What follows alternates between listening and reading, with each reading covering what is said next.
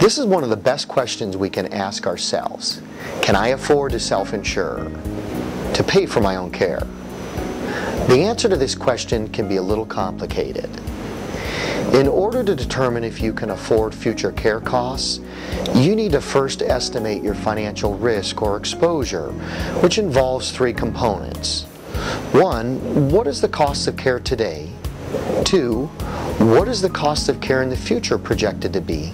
And 3, about how long will I need that care? Let's take a quick look at these. First, the cost of care today in the state of Washington averages about $6,000 a month or $73,000 a year. Second, the cost of care in the future is projected to increase. And because we don't know that number, we'll assume a 5% compound inflation. This is a safe number to use.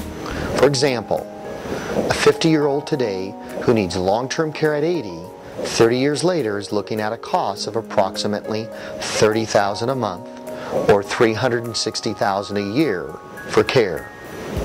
And then third, how long do people need care? The national average is 36 months or 3 years. Now here's where you might want to take some notes.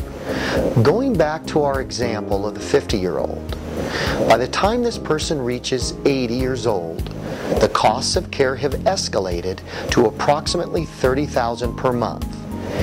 And although this sounds like a lot of money, keep in mind that some places in Seattle already cost $8,000 per month and more, depending on the level of care needed.